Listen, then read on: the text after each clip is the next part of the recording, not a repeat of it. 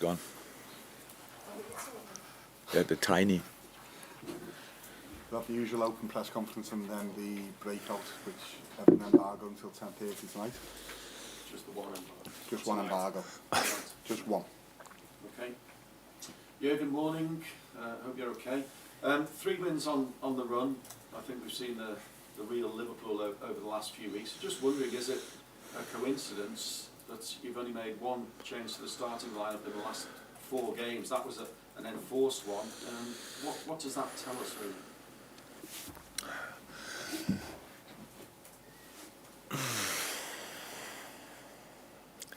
So a couple of things. We didn't change, not because we won the game before.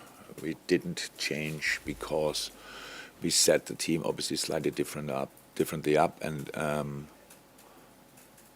want to give the boys the chance to find some rhythm in that, to get used to it, to get used to different things. That's reasonable. Number one. Number two is, I said the ticket into this team will always be the readiness, or from now on again, the readiness to defend and to counter press. And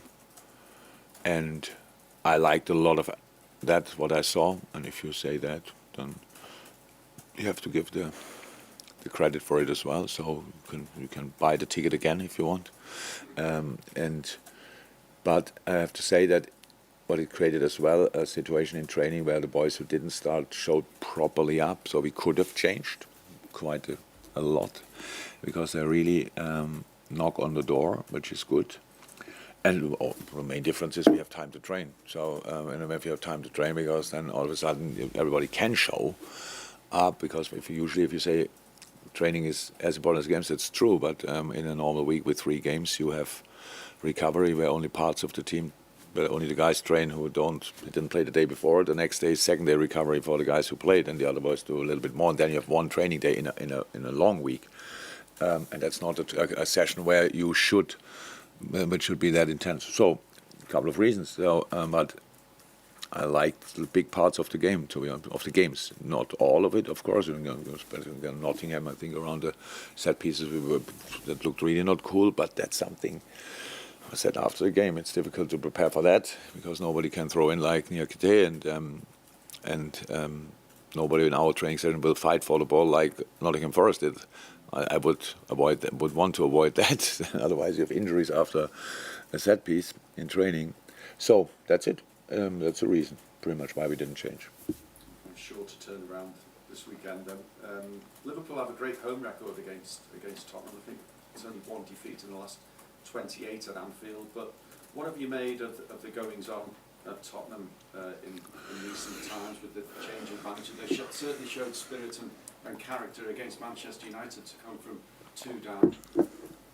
Yeah, look, this is obviously a season where a lot of things were difficult for a lot of teams. We had our problems. Chelsea has their problems. Tottenham has their problems. So it's like, it's not cool for us, but it opens the door for other teams. So all of a sudden it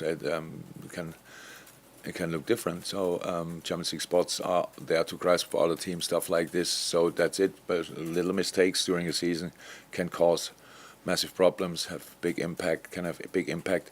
So, and I don't know at all anything about Tottenham in that department. But when you saw last night, the team they have is still absolutely exceptional. So what they could do, why it didn't work out, I have no idea. I will be prepared for the best possible Tottenham side. They were for some years, by some distance, the best counter-attacking team in Europe. So there were moments when you lost the ball. They only had to find Harry Kane, and the next moment Son was in a 1-1 situation with the goalie. So they had no clue how to defend that properly. The best way not to lose the ball. So that's one thing. They have brought in good players, really good players. So I expect them to be really good. And last night I watched the game, of course.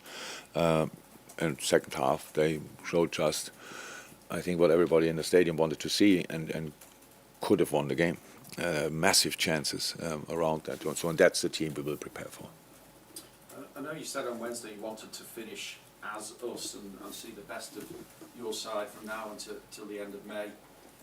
If that's European competition, then great. Is the Europa League one that you'd be more than happy to embrace? We take what we get. So that's how it is. What do you mean? It's not that we started the season and said if we could qualify for the European League, it would be fantastic. But the season taught us a few things, and that's absolutely fine. If it's European League, then it's European League. Absolutely fine. So it's how I said. But that, for what we qualify is not in my. That's not for me so interesting. I want to create a basis that we qualify for the best possible scenario, pretty much. So squeeze everything out. That's what I want to. I want to play the best possible football. If we get nothing for that at the end of the season, then we created that situation earlier in this year. But this part of the season, we have to use, or we have to be just really focused on the game coming up, and that's in this moment Tottenham. Try to win it. Try to play in a convincing way. Try to be uncomfortable to play against, all these kind of things, and whatever happens until the end of the season, these last 7, 8, 9, 10 weeks then will be very important as well for the next season. Fraser? You mentioned players coming back there and sessions and more players on the sidelines ready to come back in. How are you looking in terms of new players coming back to the squad now after injuries and what have you? Ibu will be back. I guess Nabi will train today.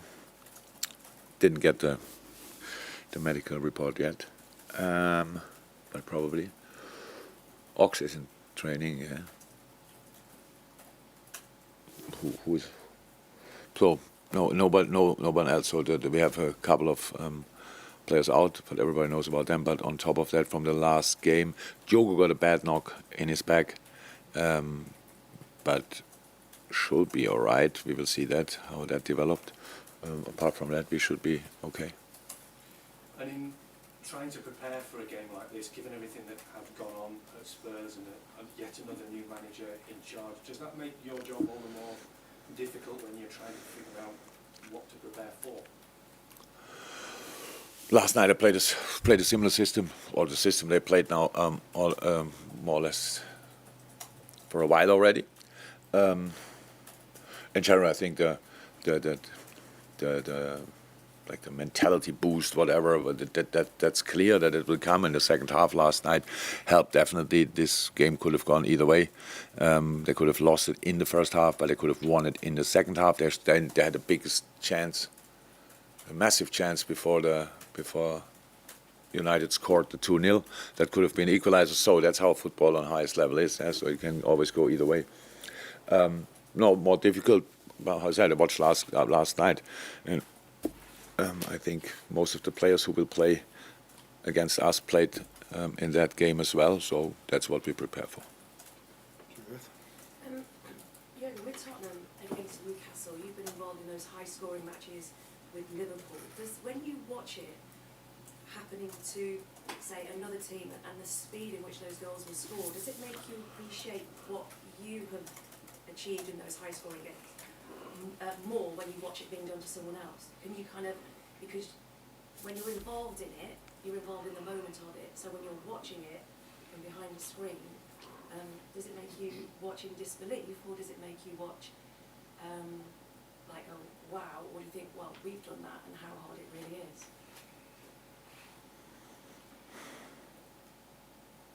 No idea. Honestly, it's like sometimes I enjoy football. I enjoy watching us from time to time. But I think back and think, oh my God, that's what we did. That doesn't happen really. I'm too much in the moment. Maybe a bit of a shame, to be honest. But I always thought I will have time for these kind of things after my career. So this season, if we don't do something really special, will be remembered for the 7-0 against United. And I hope people, when they speak about it in a few years, they will look back and say, I was here when United 7-0, and that they could say something nice on top of that. And after that, we qualified still for whatever. So that would be nice. But if not, then we have to take that as well. But no, I don't.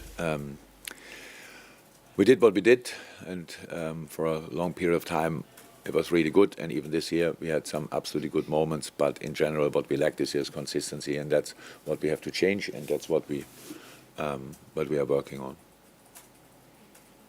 James? Jürgen, the current run you're on coincided with Curtis Jones being in the team. He's had 5 consecutive starts. It's his longest run of the season so far. So just wonder if you could talk a bit about the impact he's made on the team and what your thoughts are. Yeah, that he has now 5 games in a row is obviously great, but it didn't look for a long time during the season that these kind of things would be possible, because we spoke about it. He was really had a freakish injury, but it is anyway. We had to be super careful with him, super careful with him. Even when he was back in training, he was not allowed to train and have a normal training week, which is that time. And Curtis came back in the team. We were still involved in European football. Means we don't train properly. That makes it really difficult for players who come back to get up to speed. It was really super difficult to organize. But there was a moment when he was allowed to, when he could train again and normal, and it was pretty quickly clear that the sessions he had around our sessions were obviously from a physical point of view really good, because he looked ready pretty quick, and now you can see that. And that Curtis, it's always with the boys from the own academy. People fancy big transfers, stuff like this. So it's like if a player, our own academy boy, plays good football, then that's okay.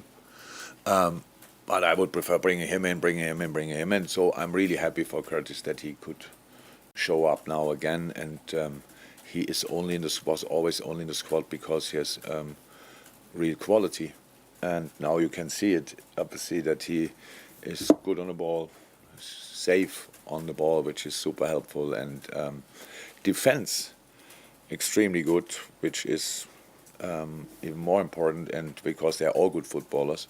And so he deserves that spell, definitely. He really deserves that. He has had a tough time to go through, and it's hard if you don't feel really injured, but everybody tells you are, and you are not allowed to do this and do that and do this and do that. That's really hard, especially for a young man. And he got through this and is now in a good shape. That's it. Carl? In a season of ups and downs, how satisfying and reassuring is it, the level of consistency you now seem to be getting? It's for me too early to speak about consistency. For me, winning 3 games is not consistent. It's good, but it can only be the start of something. And it's about consistency you show in performances, even more than in results. And for the outside world, it's the result. But for us, obviously, it must be the performance, because that's what we work with. And I'm happy with that in the moment, because in all the games, as different as they were, I saw a lot of things we want to see in the games, and that's then really good. That's really pleasing for the coach inside, that these things are still possible, and that's good. But then the opponent requires different things. What we have to do, we cannot just we want to focus on us, and that's what we do. But we cannot ignore the quality of the opponent, so we have to be ready for that as well. And there's always something to improve, and that's fine. And that's what we try to do as well now. And that's it. I'm absolutely okay with the moment, but it's not that I already trust ourselves that much that I say, that's it now, we are out of the woods, because this season gave us a few lessons I didn't want to learn, but I learned. And so we have to stay super focused, we have to be super aggressive, angry, greedy, whatever. Show that the most important prize in football is the 3 points at the weekend or midweek, whenever you play in the next Premier League game. And that's all we have to be focused on. And I hope we can show that Sunday. More for the open before we move on? No? Good. Move on to the embargo. Andy? You're going to know, you said you prepare for the best Tottenham side on Sunday, but